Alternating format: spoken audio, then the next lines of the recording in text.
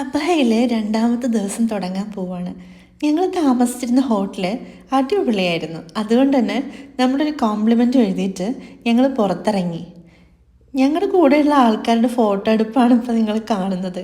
അതൊക്കെ കഴിഞ്ഞ് ഞങ്ങൾ ബ്രേക്ക്ഫാസ്റ്റ് കഴിക്കാൻ പോയി.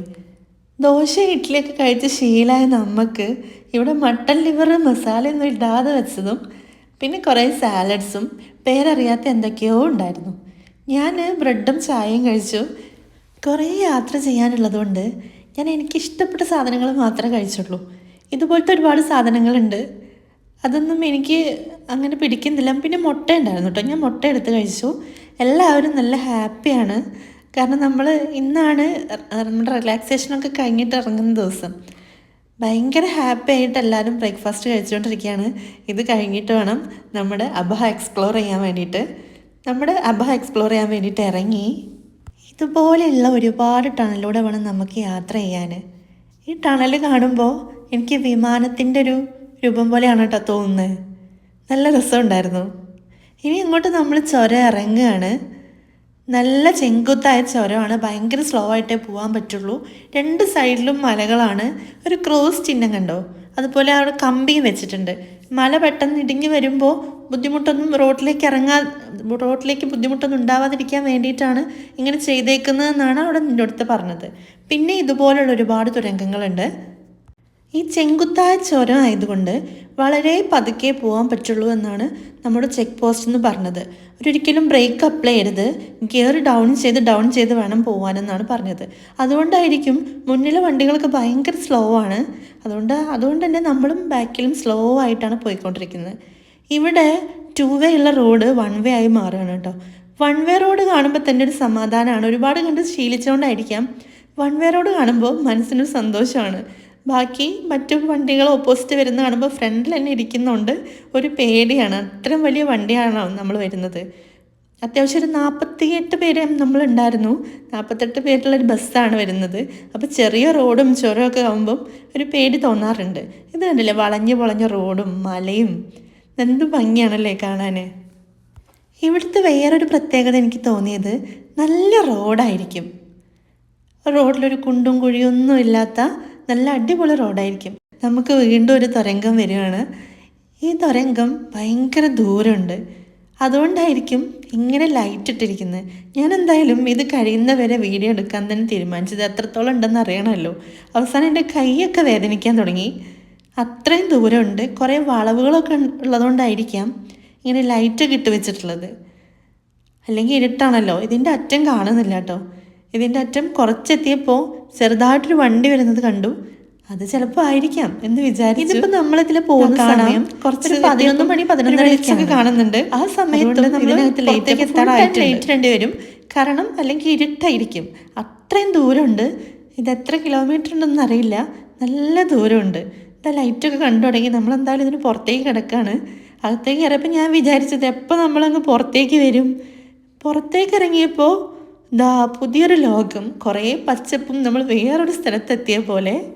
അബഹേൻ്റെ വേറൊരു പ്രത്യേകതയാണ് ഈ പച്ചപ്പും ചുരങ്ങളും വലിയ വലിയ കുന്നും മലയും പച്ച കളറായിരിക്കും കേട്ടോ. മൊത്തത്തിലൊരു പച്ച വൈബാണ് ഇവിടെ ഉള്ളത്.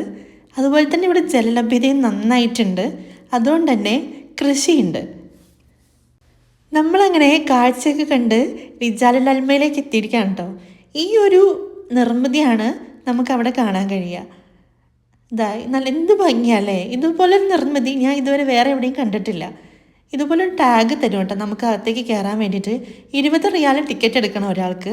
അകത്ത് കയറി കഴിഞ്ഞാൽ അവരുടെ പരമ്പരാഗതമായ എല്ലാ സാധനങ്ങളും നമുക്ക് കാണാം. ഇതാണ് അതിൻ്റെ ഒരു ഫുൾ വ്യൂ. ഒരു പ്രത്യേക തരം നിർമ്മിതിയാണ്. അത് നമുക്ക് അകത്ത് കയറിയാൽ തന്നെ എന്താണെന്ന് മനസ്സിലാവുള്ളൂ. നമ്മൾ അകത്തേക്ക് കയറാൻ പോവുകയാണ്. എനിക്ക് തോന്നുന്ന മണ്ണ് കൊണ്ടാണ് മിക്കവാറും എല്ലാം ഉണ്ടാക്കിയിട്ടുള്ളത്.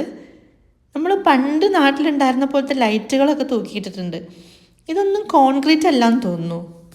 ഇതൊക്കെ ഒരുപാട് നിലകളുള്ള കെട്ടിടങ്ങളാണ്. പക്ഷേ അതിൻ്റെ വാതിലുകളൊക്കെ നമുക്ക് കുനിഞ്ഞ് കയറണം, അങ്ങനെ കയറാൻ പറ്റുള്ളൂ.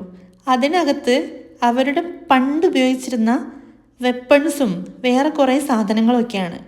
ആ ഡിസ്പ്ലേയിൽ അതിനെക്കുറിച്ചുള്ള ഒരു ബ്രീഫായിട്ട് അറബിയിലും ഇംഗ്ലീഷിലും പറയുന്നുണ്ട്. കൂടുതലായിട്ട് അറബിയിലാണ് പറയുന്നത്. നമുക്ക് കൂടുതലൊന്നും മനസ്സിലായില്ല. ഇത് അതിൻ്റെ മുകളിൽ നിന്നുള്ള വ്യൂ ആണ്. നല്ല ഭംഗിയുണ്ട്. ഒരു താഴ്വാരത്തിൽ ഒരു വലിയ 2 ബിൽഡിങ്ങുകൾ, രണ്ടിലധികം ബിൽഡിങ്ങുകൾ നല്ല ഭംഗിയായിട്ട് നിൽക്കും. അവിടെ നിന്ന് ഉച്ചഭക്ഷണം കഴിച്ച് ഞങ്ങൾ എത്തിയത് ഹണി കോട്ടേജിലാണ്. ഒരുപാട് തരം ഹണി നാച്ചുറലായിട്ട് ഉണ്ടാക്കുന്ന സ്ഥലം. ഇവിടെ വന്നു കഴിഞ്ഞാൽ നമുക്ക് ഇവിടെയുള്ള ഹണി എല്ലാം ടേസ്റ്റ് ചെയ്യാം. അതിൻ്റെയൊക്കെ പേരും മെഡിസിനൽ വാല്യൂസും ഒക്കെ നമുക്ക് അറിയാൻ പറ്റും. അത് നമുക്ക് മേടിക്കുകയും ചെയ്യാം. നാട്ടിൽ നിന്ന് ഒരു തരം തേന് മാത്രം വരുന്ന നമുക്ക് ഇതൊരു അത്ഭുതമായി തോന്നുന്ന ഉറപ്പാണ്. നമ്മളങ്ങനെ ഹണി ടേസ്റ്റ് ചെയ്യുന്ന ഭാഗത്തേക്ക് എത്തി.